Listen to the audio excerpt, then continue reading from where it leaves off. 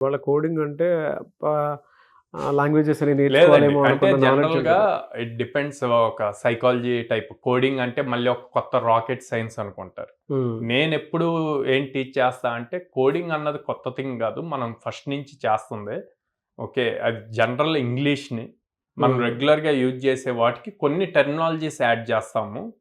So, దాన్ని మీరు real లైఫ్‌తో compare చేయండి. ఫస్ట్ ఎప్పుడైనా కోడింగ్ నేర్చుకోవాలి అంటే మనం తీసుకున్న ప్రాబ్లమ్ స్టేట్మెంట్‌ని ఫ్లో చార్ట్‌లో రాయాలండి. దీన్ని మళ్ళీ ప్రోగ్రామింగ్‌లోకి కన్వర్ట్ చేస్తాం.